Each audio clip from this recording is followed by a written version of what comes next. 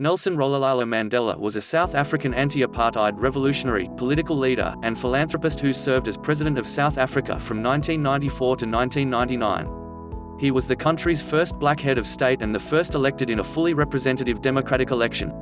His government focused on dismantling the legacy of apartheid by tackling institutionalized racism and fostering racial reconciliation.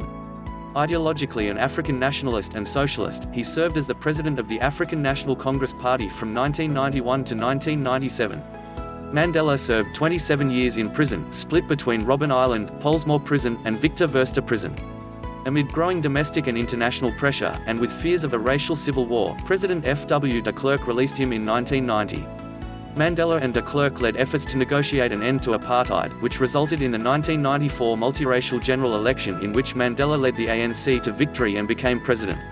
Leading a broad coalition government which promulgated a new constitution, Mandela emphasized reconciliation between the country's racial groups and created the Truth and Reconciliation Commission to investigate past human rights abuses.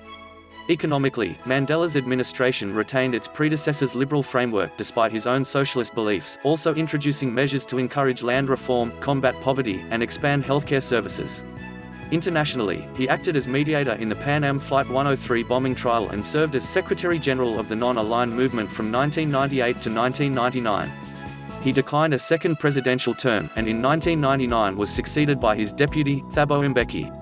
Mandela became an elder statesman and focused on combating poverty and HIV/AIDS through the charitable Nelson Mandela Foundation.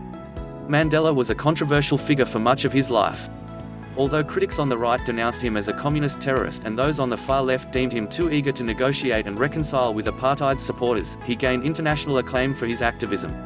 Widely regarded as an icon of democracy and social justice, he received more than 250 honors, including the Nobel Peace Prize, and became the subject of a cult of personality.